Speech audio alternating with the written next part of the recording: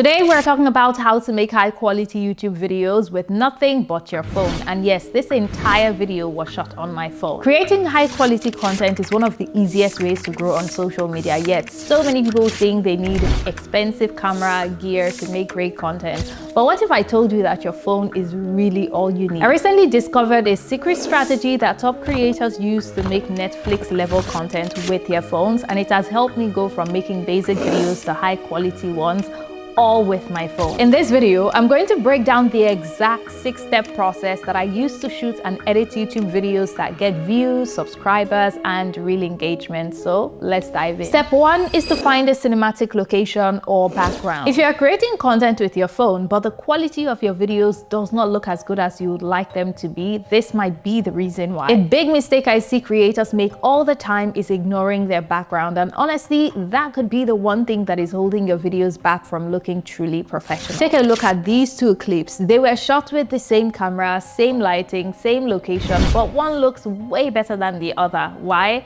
It's because of the background. Your background is the first things viewers notice when they click on your video. Even before you start to speak, viewers are already deciding whether or not to take you seriously based on what is behind you. So how do you fix it? How do you choose or upgrade your background so it instantly makes your videos look cleaner, more aesthetically pleasing, and cinematic without spending a bunch of money? Let me break it down. A simple way to do this is by using your phone to scout for the best looking spots in your home. Just place your phone on a tripod, switch it to selfie mode, and turn it to landscape, and walk around your house taking a few test selfies in different places that you think have good lighting, an uncluttered background, and a setup that feels really calm and polished. Feel free to also redecorate and style your favorite spots by bringing in some props or furniture from other rooms like lamps, bookshelves, plants, or even artwork to help make the background feel more intentional and cozy. After that, go through the selfies you've taken and then pick a spot that looks the most visually appealing. My philosophy is that if it looks good in a picture, chances are that it would look great in a video too. Now, if after taking the selfies you still cannot find a part of your house that is cinematic or aesthetically pleasing,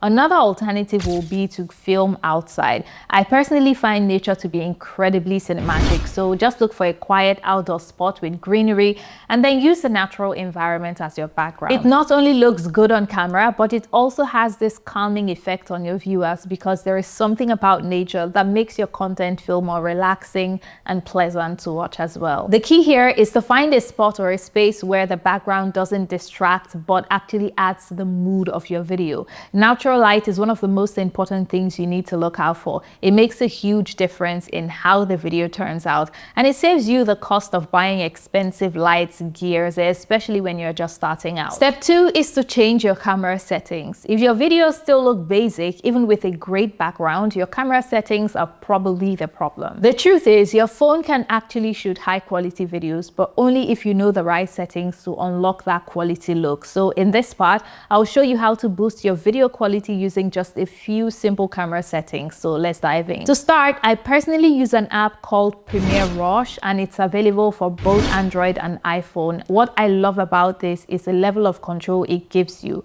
It basically turns your phone into a mini DSLR, which is perfect if you're going for that clean professional look. Once you've downloaded the app, go ahead and open it up, and on the main screen tap on the plus sign, then choose take video or picture. This is where the setup all begins. The first thing I always change is the frame rate. I usually set it to 24 frames per second, which works really well for talking head videos like this or storytelling style videos because it gives you that natural cinematic motion. After that, change your resolution to 4K because this gives you that sharp, detailed visual that look really great on larger screens. Just make sure that you have enough storage space on your phone because 4K files tend to take up quite a bit of memory. The next step is to turn off auto exposure. This is a crucial step because it gives you control over how your video looks instead of letting your phone guess and constantly adjust the lighting while you're recording. Once that's off, set your shutter speed to 1/50, which pairs really well with the 24 frames per second setting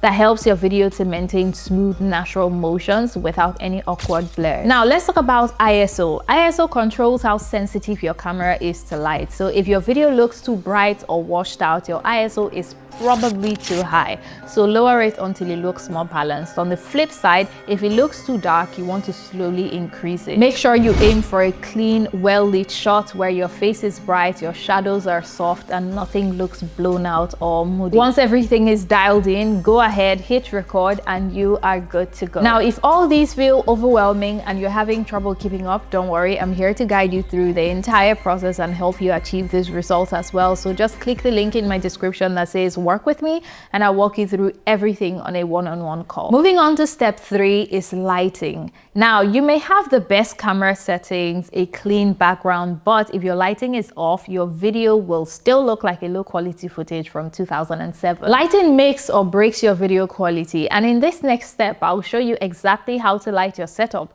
whether you've got a full lighting kit or just a sunny window. Ideally, you want to have at least 3 lights to create a balanced setup. The first light should be a hair light that is placed behind you to help separate you from the background.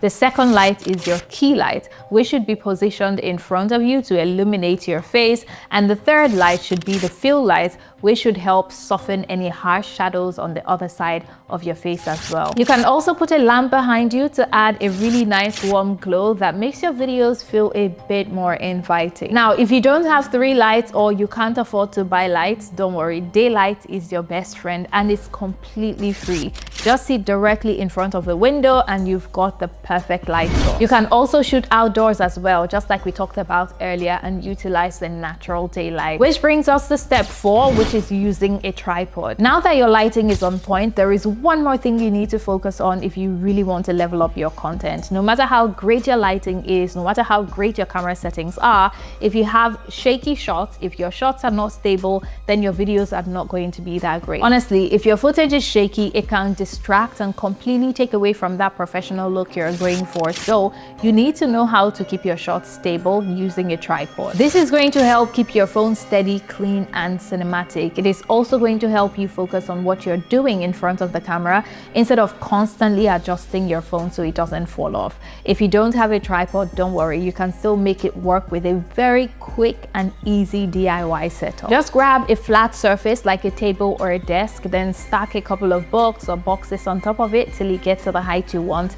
Place your phone on top of it and wedge it against something heavy like a mug, a jar, or even a wall to keep it from slipping. As long as your phone is leveled and secure, you're good to go. And that brings us to step 5, which is what microphones do I use? This is a question I get all the time. So let's talk about it, because honestly, audio is just as important as visuals. If you want your videos to feel more professional, then you need to invest in a good microphone. I personally use a wireless lapel mic, which you can see right here, but you can use a podcast mic or even your phone mic. Right now, I'm using the audio from an iPhone recorder and it's pretty decent as well, so you have no excuses. Moving on to step 6 is editing. If you've been following along all this while, then your video should already be looking solid. But if you want to take it even a step further, there are 2 editing techniques that you can use to instantly elevate your footage. These steps can make your video look like they were shot on a professional camera, even though it was all done on your phone. So let me break it down for you. First, import your footage into CapCut or any editing software you use and trim out anything you don't need, like mistakes, long pauses, or any parts that don't add value. Once that's done, group all your clips together to one compound clip just to keep things organized. The next thing you need to do is to add an adjustment layer over your entire video. Then go to your effects panel and begin adjusting. Start with the temperature and then tweak the tint, saturation, contrast, exposure, and brightness until your video has a tone and feel that you want. Now, duplicate your main compound clip and stack it above the original one. On the top layer, go to cutout and select auto remove background. This will isolate you from the background. Then click on the bottom layer and then search for blur in the effects panel and apply it directly on that bottom layer. Once you do that, you might notice that the blur is a bit intense at first, so I recommend recommend that you dial it down to somewhere between 5 or 10. This way the background stays soft without losing important details. Once that's done, you'll see an immediate difference in your video. You'll kind of pop out from the frame and then the background fades away gently, and it gives your video that mini documentary feel and not like a casual phone recording. Now, remember how I mentioned that one of the easiest ways to make your iPhone videos look cinematic is by filming in an aesthetically pleasing environment? Well, if you don't have access to an aesthetically pleasing environment, don't worry, because I made a video showing you how you can create fake but professional looking cinematic backgrounds all for free with AI. So click right here to check that out.